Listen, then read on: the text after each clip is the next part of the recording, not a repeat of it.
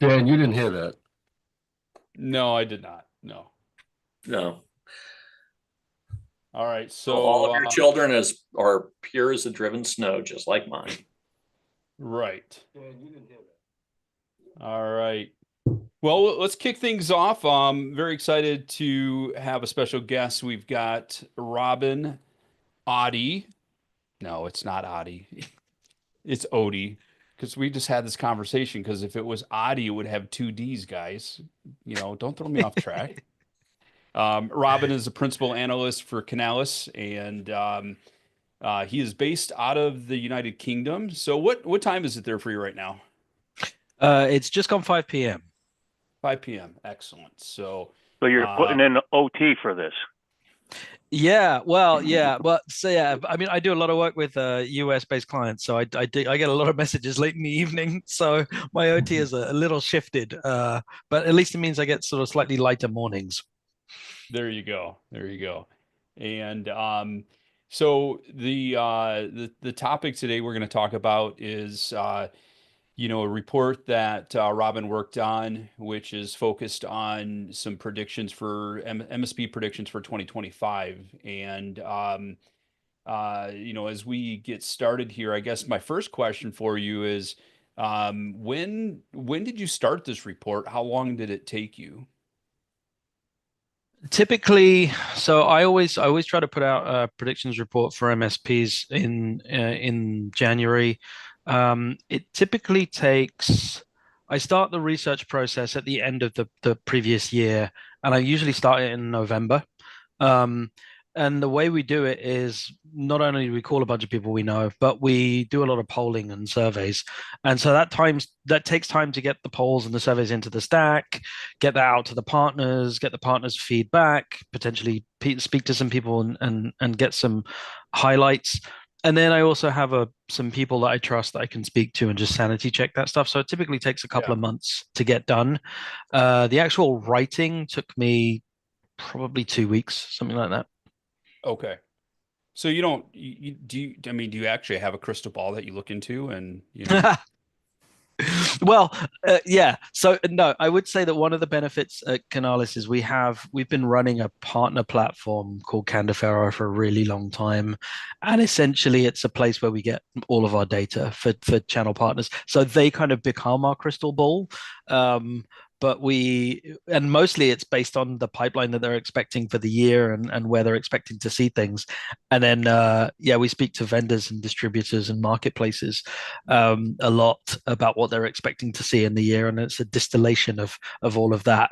No, I wish I did, because yeah, if I did, then I would have known what was coming down the pipe in terms of Nvidia, and I could have I could have got rid of my stock at the peak, but never mind. Yeah, exactly, exactly. And so we'll kick things off.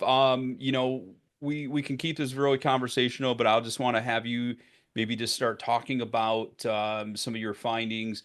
And for our audience, if you do have questions, feel free to jump in. But with that being said, I'm going to just kind of hand it over to you right now, Robin, and we'll kick things off. Yeah, sure. So yeah, so I guess the top line figures really for some of the predictions for MSPs. We're expecting growth for channel partners as a whole in managed services to be about 13% this year. So that is, to be more specific, we're essentially looking at the revenue that channel partners make from managed services. This isn't from products and software. This is just the services revenue that they're going to be making. And we're estimating the global figure to get up to about $595 billion for managed services revenue this year.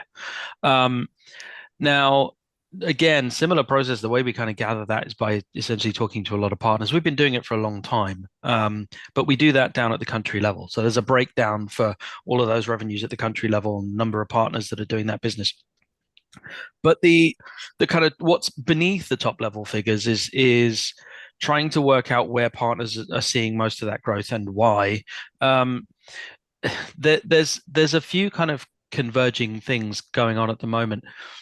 I think that the first is that yes, you would expect, as ever, things like cybersecurity and AI are kind of right now are obviously top of the agenda.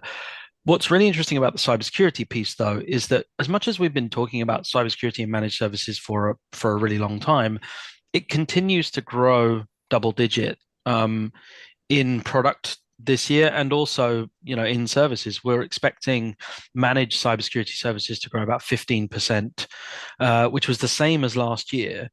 And things like managed detection response, MDR, last year was up about 54% by our calculations. This year, we're expecting probably around about 16% growth based on all of the kind of contracts that got fulfilled last year, but it's still really strong.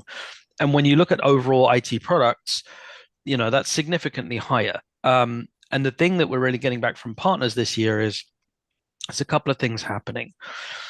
There are very mature markets like the US and the UK for managed services. But even there, the actual kind of penetration of managed services into SMB and enterprise is still not in the majority of businesses. And that's the really interesting thing about, we live in perhaps these kind of bubbles of IT where we talk about things all the time and we expected things to be, sometimes smaller or bigger than they are. But actually, the amount of knowledge that end customers have when it comes to the real value of an IT managed service is growing all the time. And we talk to partners a lot about this. So back to the cybersecurity point, why is cybersecurity growing so strongly? Yes, it's because there are threats. And yes, they continue to grow. And yes, there are kind of AI threats that will happen this year. But actually, the things that are mostly driving that is, one is just increased awareness in the market. There are more and more people who are increasingly aware of the value of a cybersecurity managed service, how much it costs, what they should expect. But equally, regulations and compliance requirements continue to grow.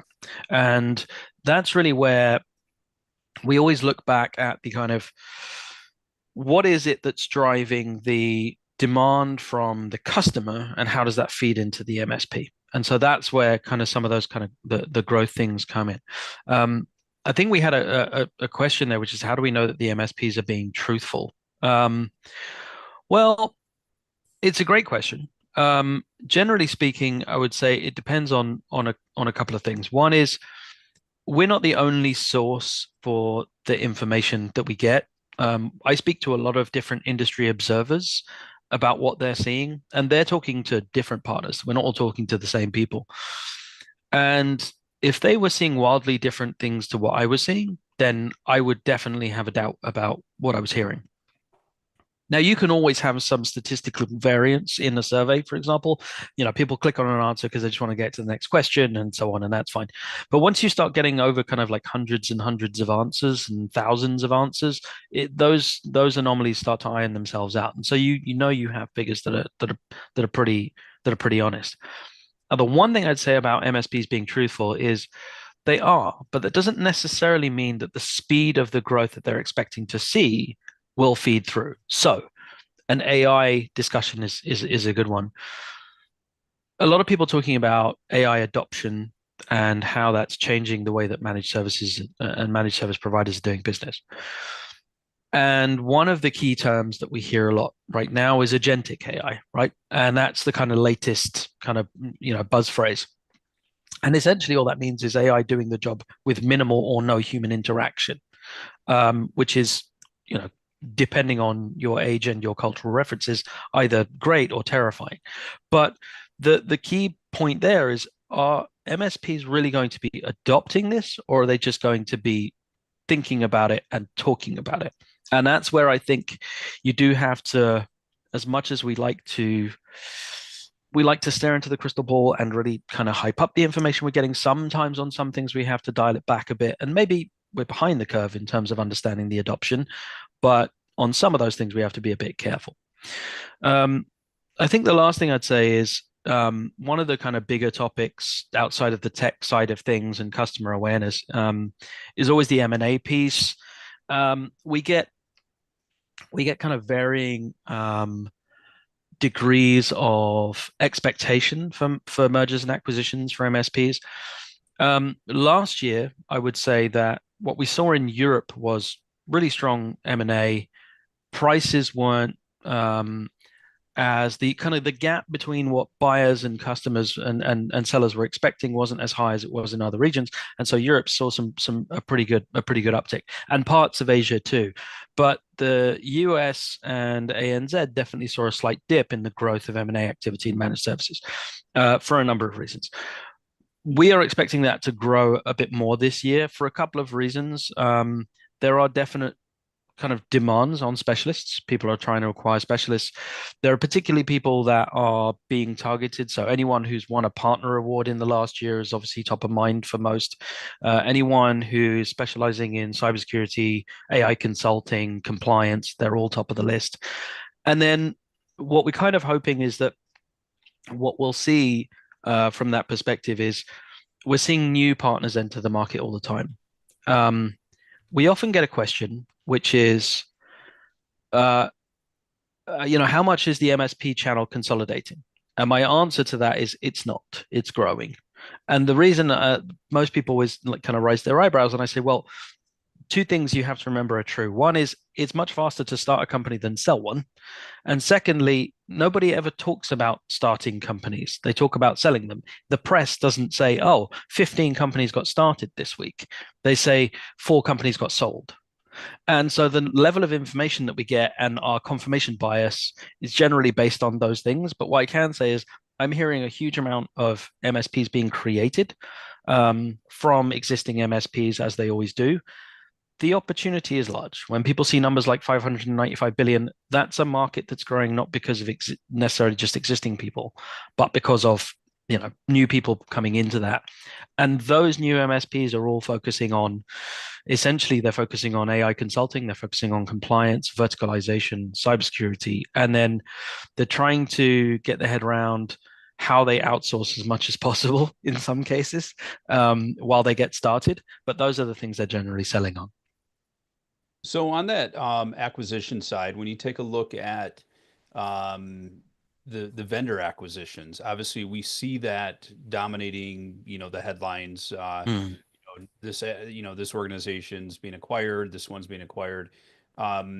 Is that the same? Those are two different beasts, right? Yeah, they are. The vendor side of things is depending on which vendors you're talking about. I mean, typically, obviously, in MSP, we have RMM, PSA vendors, cybersecurity vendors, backup vendors are the kind of key pillars of what MSPs do as in their business.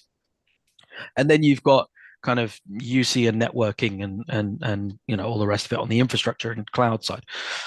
Yeah, we definitely see acquisitions happening. So obviously, depending on whether you want to call it acquisition or consolidation, there is definitely scope right now, and we've seen it for some time. RMM vendors buying other vendors, not necessarily RMM, but other vendors in different spaces, like we saw with NinjaOne. And that's all the kind of platform play that people are talking about. Can you be a kind of platform for MSPs? That's been going on for a while. But yeah, right now we're in a kind of 4-way race between the kind of the 4 biggest, and then questions as to what the other ones are going to be doing, how they specialize, how they stay up. But no, I mean, I think that with the partner piece, and it's an interesting question came in, it's saying, is internal IT staffing going down? The assumption being, if MSPs are growing, does that mean internal IT is going down? Oddly, yes and no. So what we're actually seeing is a significant rise in co-management, co-partnering going on. So partners working with other partners to deliver solutions. The obvious would be MSP to MSSP. But we're also seeing a growth in MSP and internal IT working together, essentially to solve some of those problems. We're seeing a lot of growth in like enterprise IT, for example. Enterprise managed services was growing at about 13% last year. And we saw SMB managed services growing a little bit less than that last year.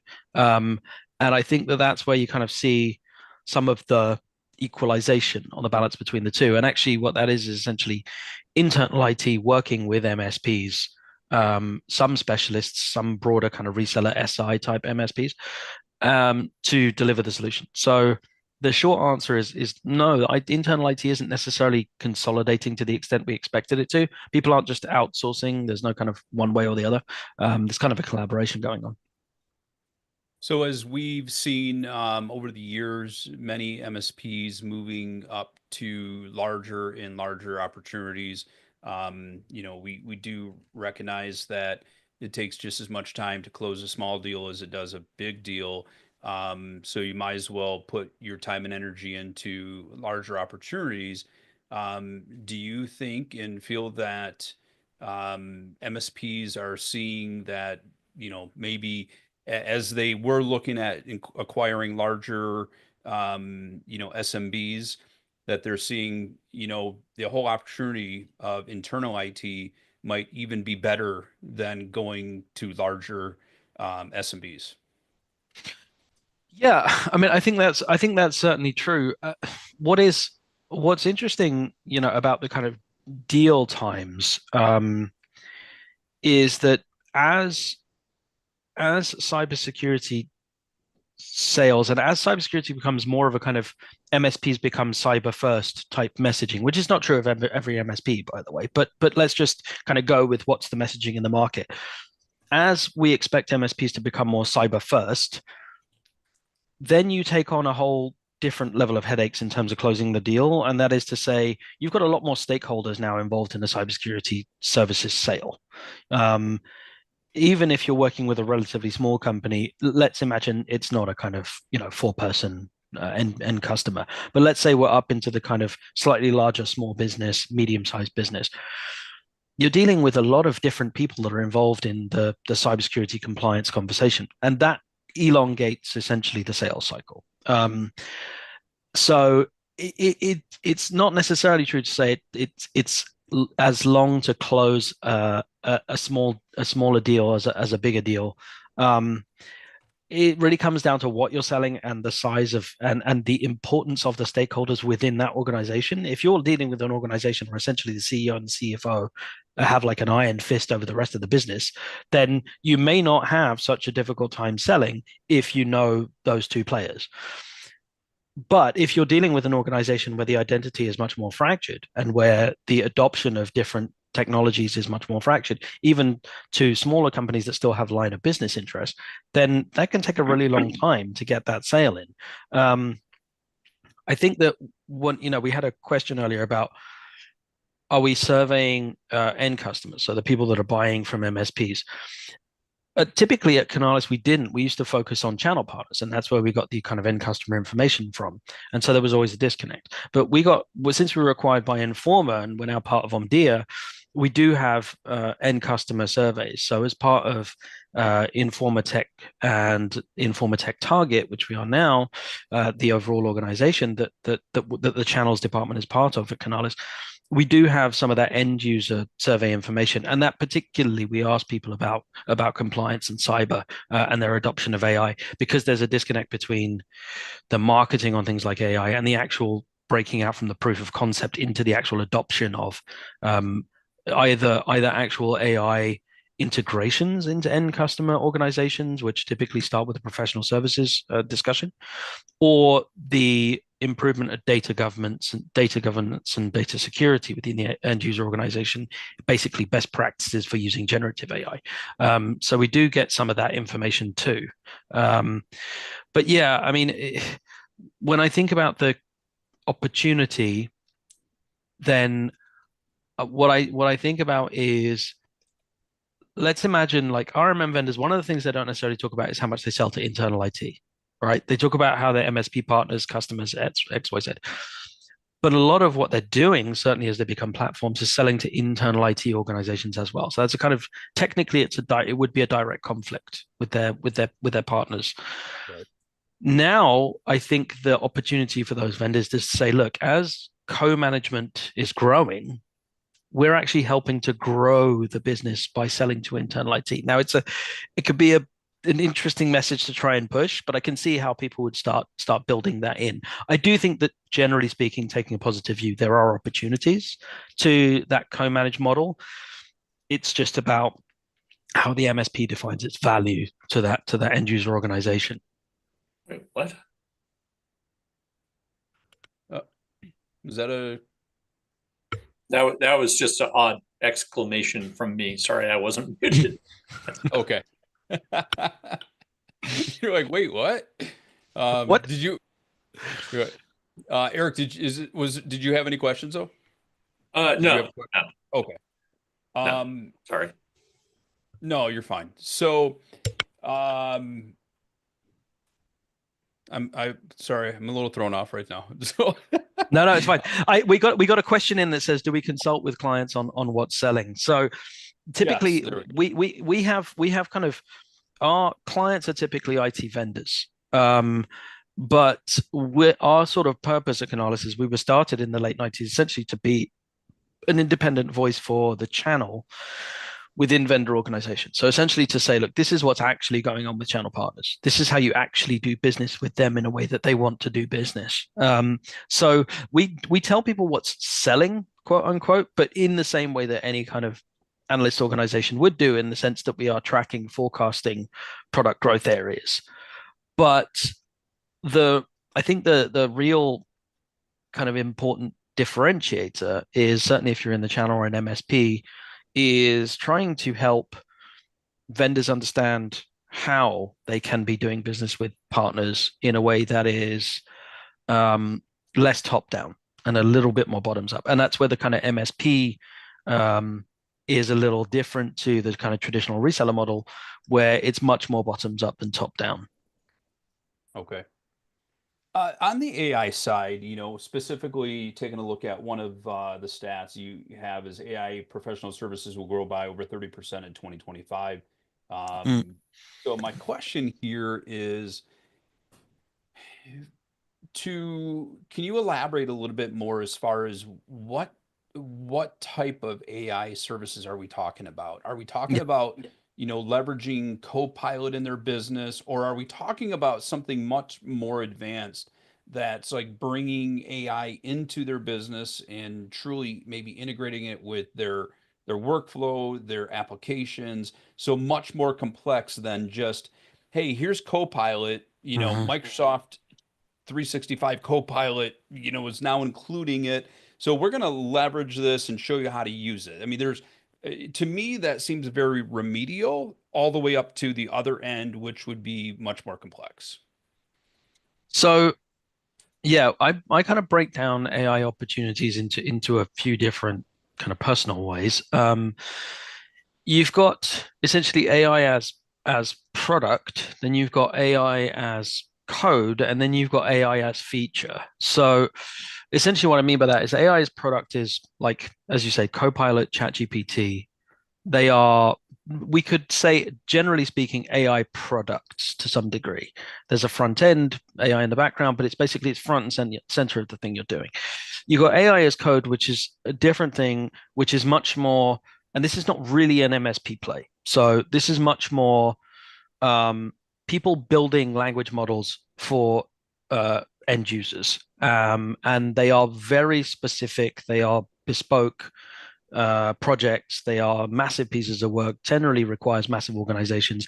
Use cases that we know exist in the market, for example, in healthcare, legal, financial services, and higher education, where essentially partners are building, typically systems integrators are building infrastructure and consulting on building large language models, or in some case, local language models, to ingest private data into something that will exist either on premises or in a co-location data center, essentially to create a version of a generative AI internally for that end user organization. And we've already seen use cases for this in higher education in the US. We've seen it across the world, where you have data that you don't want to allow into public domain and you want to keep it internal, but you want to leverage all the capabilities of a generative AI tool so that researchers essentially can look through all the things that their colleagues are looking into.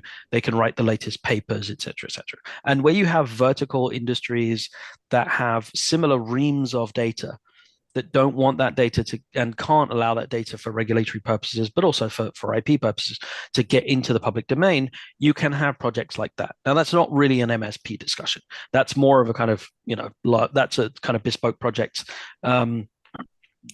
Whereas the AI as kind of feature is essentially, I'm selling a cybersecurity tool today.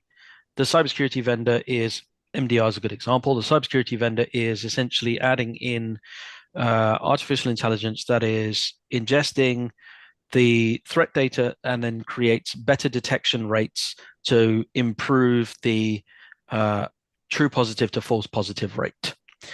That allows me ideally to minimize the number of alerts I get, false alerts I get, which improves the amount of time my analysts have spending on sifting through false alerts, and then potentially just gets to the core, the holy grail of we only act on something that's really serious because that's the only thing we hear about. And then the next step is, or it even just gets remediated itself.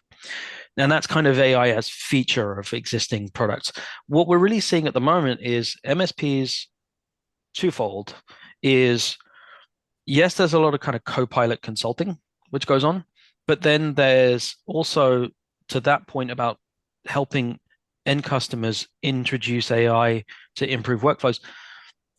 Yes, there's some of that, but actually to some degree, one of the biggest opportunities for MSPs is understanding your customer's line of business software needs. So you have a customer, they have an operations department, they have a finance person or finance people, they have marketing, sales, etc. Every single one of those people uses specific software for their job.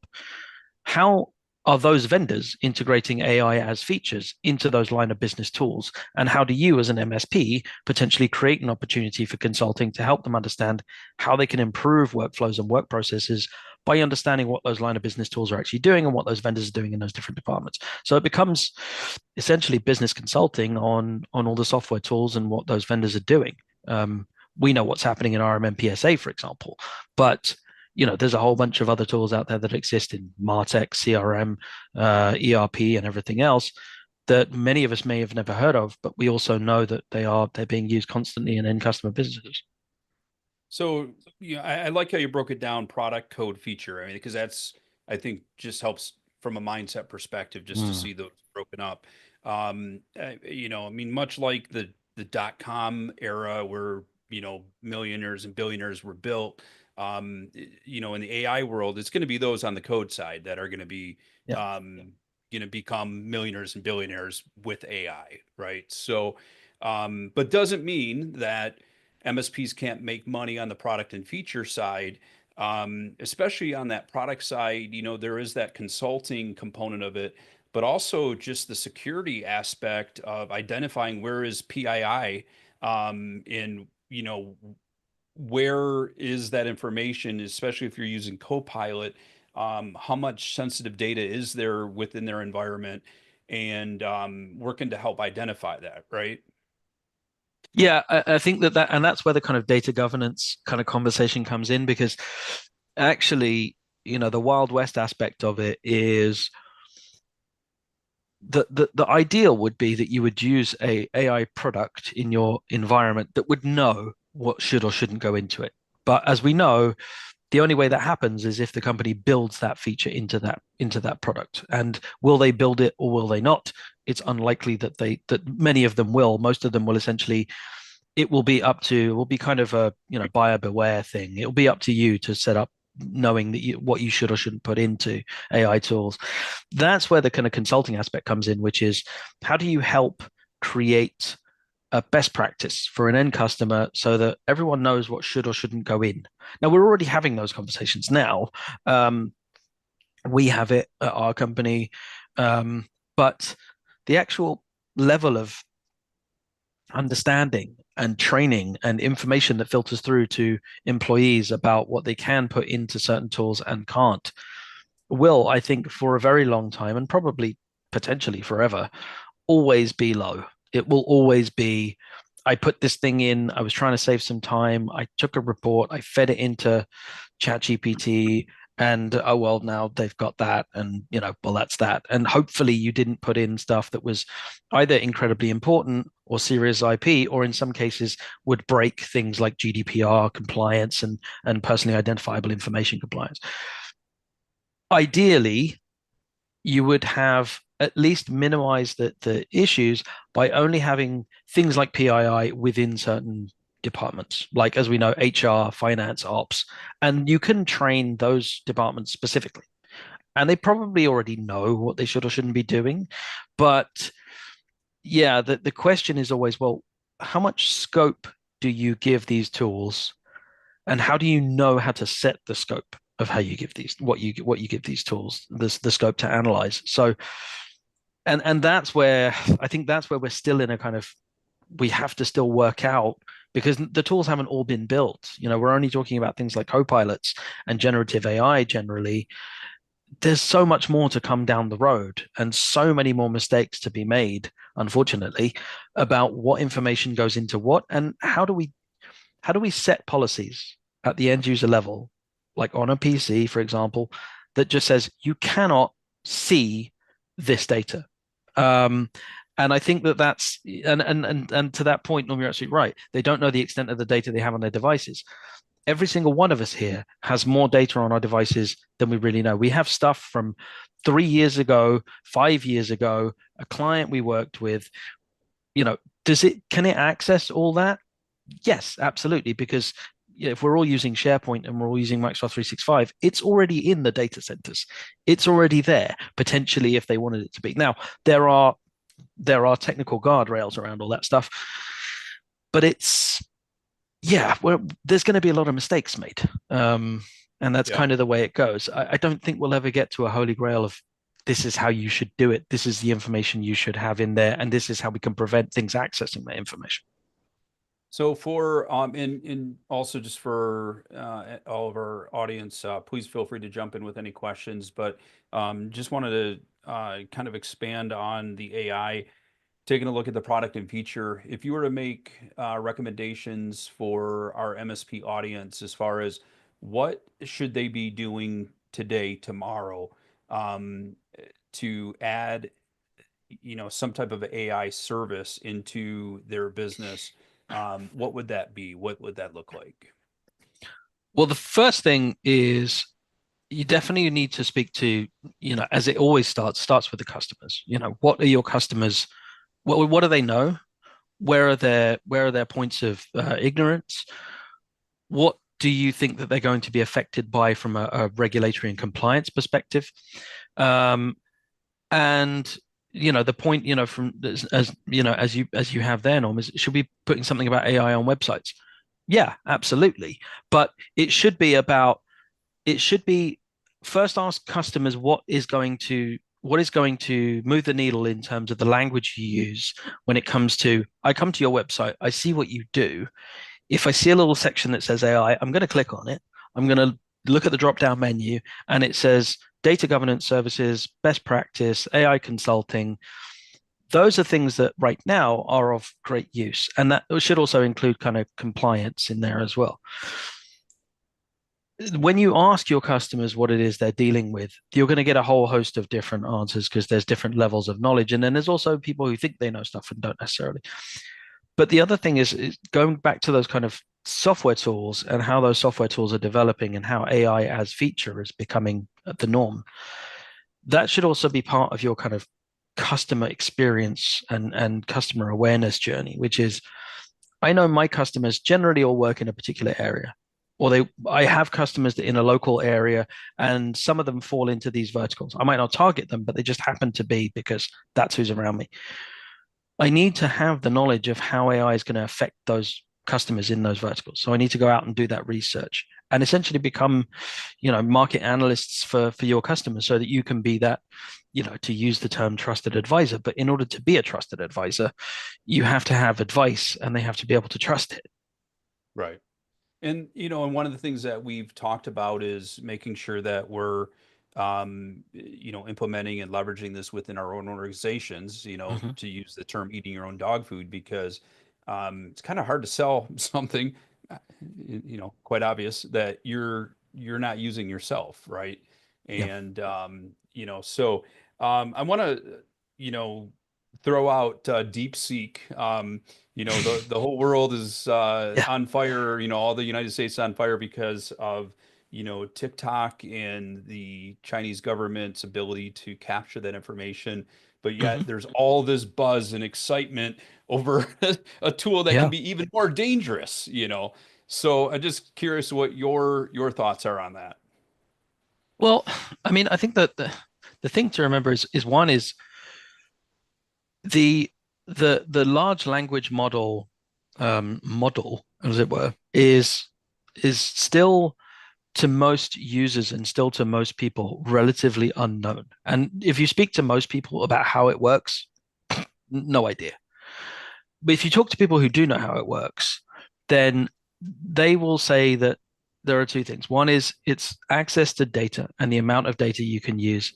And then it's how quickly you can either create the the tool that allows the data to be self-iterated rather than having to provide your own guardrails around how you iterate it yourself with kind of human resource. And the truth is, China has a different way. They don't have, they don't have like 150 different kind of entities that have to build something, and they don't have to go to 150 different places to get access to data. The government itself can build its own tool, or a person can build the tool with the blessing of the government and get access to the data. And so obviously they don't have to they don't have to worry about only getting data from Facebook and Reddit, for example, which is where a lot of kind of large language models started. They don't have to worry about, complying with the way that we see how our data is accessed in the US or the UK or Europe or whatever it is. They can just throw anything they want into it and build it. And you can say it's cheap. It's not cheap. People are saying, oh, they did it for this amount of money. No, it's not cheap. It takes time, it takes effort, it takes resource. And it requires exactly the same resource as anyone else. It's just how quickly they can get stuff up and running, which is different. And we are at the very beginnings of where this is going. The problem is that I don't think we even know how to control now, let alone where this is going. And I don't think anybody knows how to control it, or even really anybody who's in control of it has any desire to control it. Gotcha. So on another topic, Microsoft making some name changes with Microsoft 365 Copilot and then Microsoft Copilot. We had a conversation about this in our group last week, Friday. Obviously, from a naming perspective, it causes some confusion. Mm-hmm. And do you have any insight on, where they came about that, and what your thoughts are in this change? Well, I mean, I think the first thing I'd say is one of the problems I always had with Copilot as they started to expand the use cases was it becomes a behemoth. Like it's difficult to know what it actually does, what it stands for, how it can help if there's just one name. If I it's the same branding issue as everything else. It's like saying, I know what Apple stands for. I know what Nike stands for. I know what McDonald's stands for. They do a thing I know. I know what Coca-Cola is. They might have 1,500 products, but I basically only associate them with one. And the problem is Copilot is trying to be everything to everyone. And so it was sort of inevitable that they tried to break it down a bit. I think that the confusion really is my confusion is more in what's the real value that it provides to different lines of business, i.e., this is Copilot for marketing, this is Copilot for sales, this is Copilot for finance. Like, can you convince me that they can really do all those things, and how quickly can they, and what are the real cost savers, time changing, the process changes, workflow changes that is actually going to happen between different organizations? And that's why they had to kind of create these different brands. I think that when it comes to the kind of naming changes, right now, I don't know enough people that can convince their organizations to let them deploy it at scale to know what the differences are between the names. That's the point. Is there's gonna be a lot of iterations of Microsoft Copilots over time, and different things will be called Copilots, and there will be different values seen in different places. Right now, the level of adoption is nowhere near where people were probably expecting it to be some degree that's a cost issue, and also there's a data security issue. But if you asked, any head of any organization, small, medium, big in the world, are you deploying Copilot at scale? The number of yeses you get back is tiny. Yeah. And, I think like we talk about those use cases. I mean, as MSPs, we need to have those use cases.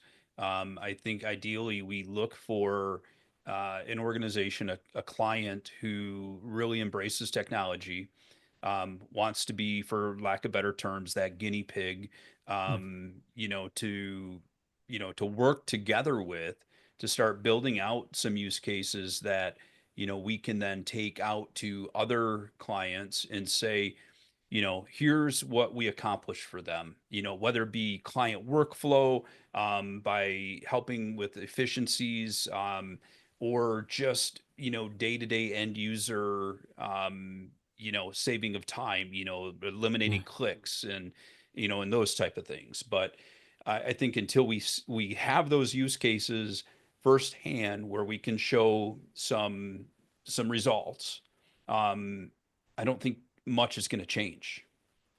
No, I think that's and but then the question always comes is, with anything new, is how does this either save money or make money?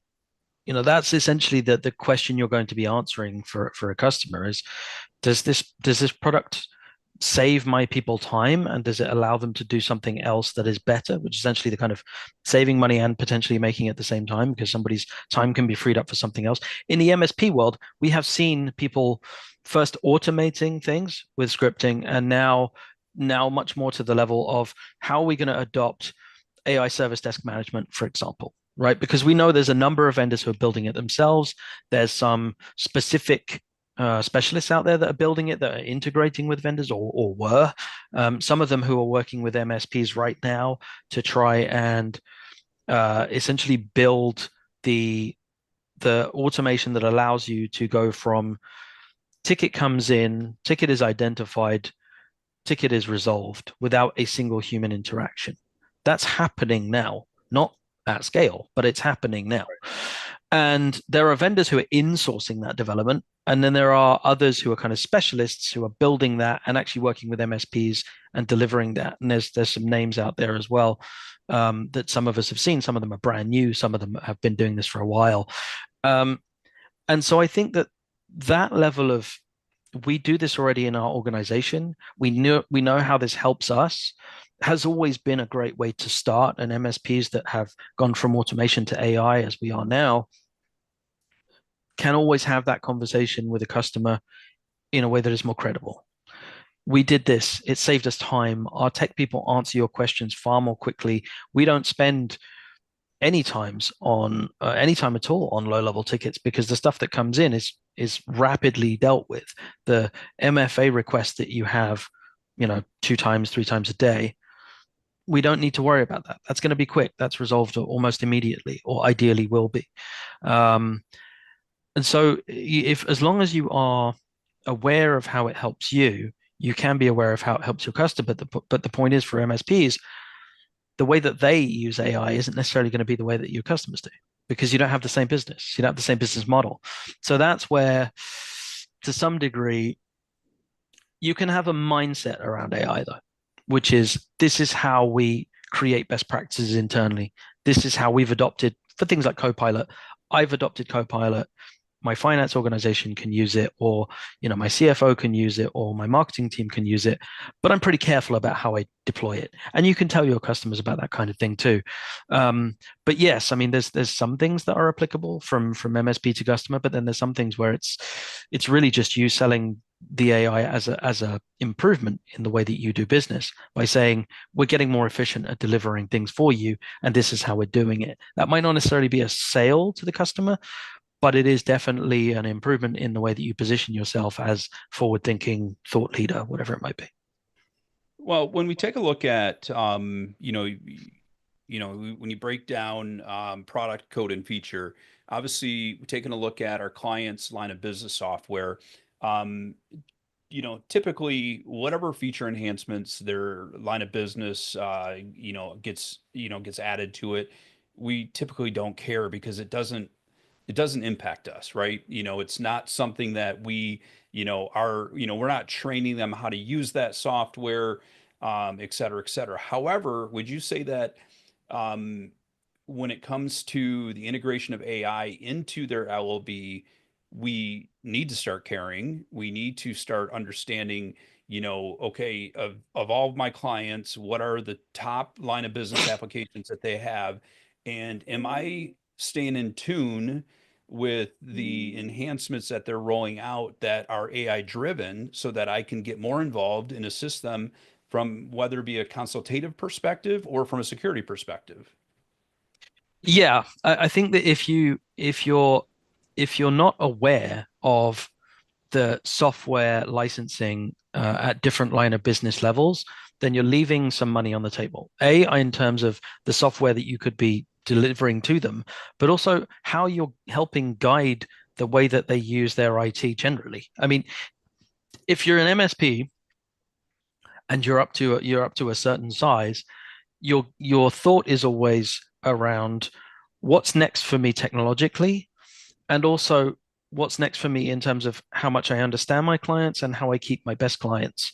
And developing a stickiness with a client can be done in a lot of different ways, but understanding the client better is always the first one, which is I have to know what their problems are. I have to know what things might break. I have to know what kind of tickets I might get. I have to know where I'm going to get them from, and I have to know what their concerns are. I'm going to be talking to a finance person. Ideally, what I want to do is I want to help my customer with all of their IT, whether it's a co-managed model or me managing it entirely.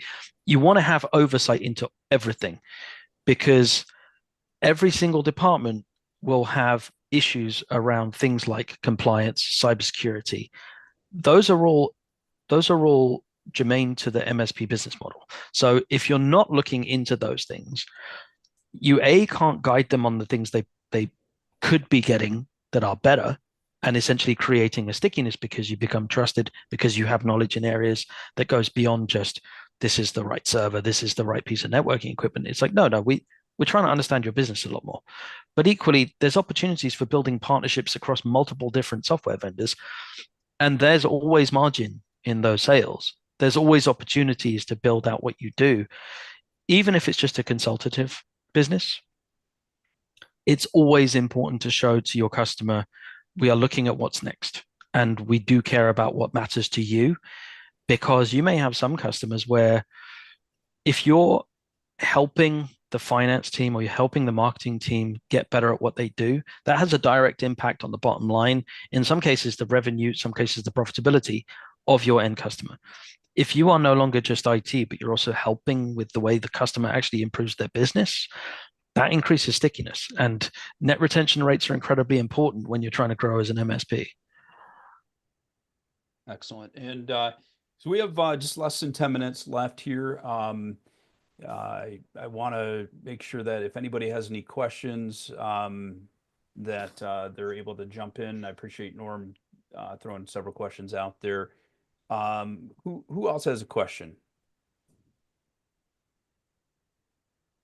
Tony Francisco, you look like you want to ask a question, but you're reluctant. So I mean, you're not typically a quiet person. So I try. I've been staying off the radar for as long as possible until all the fun stuff settles. But I always have questions. You mentioned DeepSeek. So I was one of the first consumers of DeepSeek. I actually talked about it on the podcast 6 months ago when everyone thought it was crazy.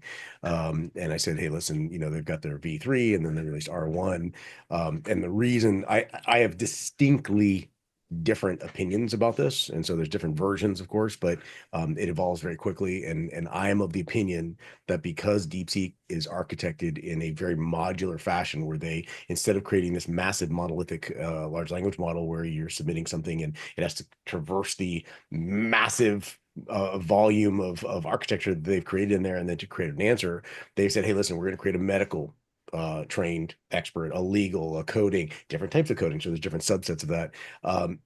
And now you can send in a question, it will be diverted, routed, addressed, and then come back and polished in literally a small fraction of the time of a traditional large language model. And then when you create that architecture that is now modular, you can run that on consumer level chips. You don't need a special, an army of ASIC, application specific integrated circuits out there that are cost $1 bazillion and load balancing. You can actually do this on anything. And because R3 is completely open source, I can download the whole thing and train it to something specific to me. It will never send the data outside. That I think is the future. And I think that's why it's hitting the technology industry so hard. They're like, oh, we spent a lot of money on this old monolithic code base. And that's why NVIDIA was hit. That's why Copilot, which is backstopped by OpenAI. That's why they're like, they're freaking out because of that huge investment. It does not address, because there's two parts of this. And I'm sorry if this is so long. It does not address how Copilot says, hey, listen, we're going to put the rubber baby bumpers on all of, because we're giving your kids these power tools and they're all going to go kill each other, like that stuff. So we're going to plug into your Entra, your whatever your policies are. So we're going to have this open AI with rubber baby bumpers adhering to whatever policies that you have in your company. It is going to unfortunately be, was it 15 to 18% limited to, from what I hear, limited to what the full functionality could be. But you kids aren't going to cut each other with the chainsaws that we're giving you. And so I like what they're doing with it, but then you have the whole DeepSeek concept, which is like, well, that's actually better. And how are they going to implement that? So I just brain dumped on you. There's my thinking. No. I mean, no, I Is that think actually a question? I don't think it's a question. I'm just commenting and no. I think it's really helpful to hear, because I've been reading comments from people who have been using it and have been using it for a lot longer and have been able to break it down, because most people's understanding of it is just China came up with a generative AI and therefore it's going to kill everything. And that's like the extent of what most people heard. And that is why a lot of people dumped shares, not because they actually knew anything like what you know. It's mostly just they went, China, and then sold shares. And that is unfortunately the level of the emotional response to this. I do think that little extra bit though is really interesting, which is, how does it change the way that other people build these things in the future? Because that's the point, right? But right at the beginning of people even beginning to understand how these things get built and improved, the next level is, well, who comes along on the US side? Does somebody in Europe start deciding, you know what, the way that Europe comes back in tech is by building AI. How do we do this? So that kind of thing where you're thinking the way to develop something is not yet set. But what they've done is they've completely changed the way that the US thought about its safety in terms of its dominance when it comes to deciding what the AI narrative is. Because this isn't like, oh, China did it, it's bad. This is, wait, they did what? You can do that? And that's the level of the conversation that we're now having. And people are still freaking out. Well, it's not the car. I mean, it was the Model T. It was the way the car was built that allowed, wow, well, look at the success there. I mean, there was a lot of people building cars. Someone did it correctly or more effectively, and that's where the success is, really generating from. And I think that, DeepSeek, wow, congratulations on that. I mean, now the question is, how many other people can start creating their open AI models, which will address and not to bore everyone with this, but if it can actually go out and if you can create basic discovery tools where it compiles the information and then says, hey, listen, with this information that I discovered on whatever your customer network is, I am trying to adhere to a NIST, to a CMMC, to a GRC, whatever it is, and I'm trying to reach HIPAA, GLBA, Sarbanes-Oxley, SEC compliancy in there, and I have 2 people, and here are the certifications of those people, and here is the salary of those people. I have a budget of X amount per month, per year. How long is it going to take me to adhere to this type of compliancy and this type of framework and these resources? And it will say, oh, well, based on this, here's your path to resolution, and here's your entire project. And that is, I can promise you, that is the future, and it is not far away. And as an MSP, the MSPs, everyone's freaking out. Oh, it's going to replace you. We're the human putty that's holding this whole, it's filling all the gaps. There's no way there will be eventual agents that automate a lot of this stuff, but everything I just said is a way to get that project plan and go, Well, it's going to Really? allow us to do I what just follow we the should instructions? be doing, right? Yes. It's gonna, Yeah. the biggest thing, the conversations we continue to have is that we need to be talking about business outcome with our clients and all the remedial, trivial type things that we do that are still important that could be done leveraging AI is only going to allow us to be, to put on our big boy pants and work with our clients and have the right conversations with them and completely differentiate us from any other MSP. And it truly will separate the men from the boys.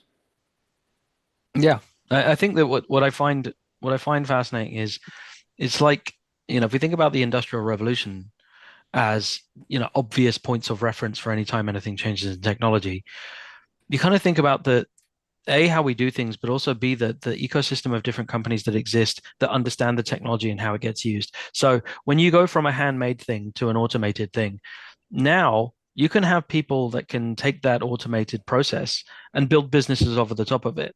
Similarly with AI, we never wanted to just be doing basic admin tasks and resolving low level tickets. That was never what anyone wanted to do. It was just that was, unfortunately, that was for a time, that was one of the things we had to do. But it also became a kind of, well, our customers don't want to do it, so they outsource it to us. We didn't want to be kind of easily replaced. Technology is always complex. MSPs will always be on the front line of where the tech is going, and the customers don't want to learn that stuff because frankly, they're doing other businesses.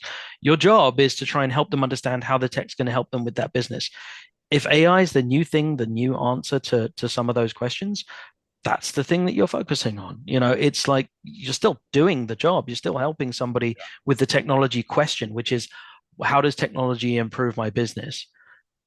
It's just a different version of the same thing. I Right. really I miss mean, the show. I miss you guys. it's great to see you, brother. But I mean, but you know what?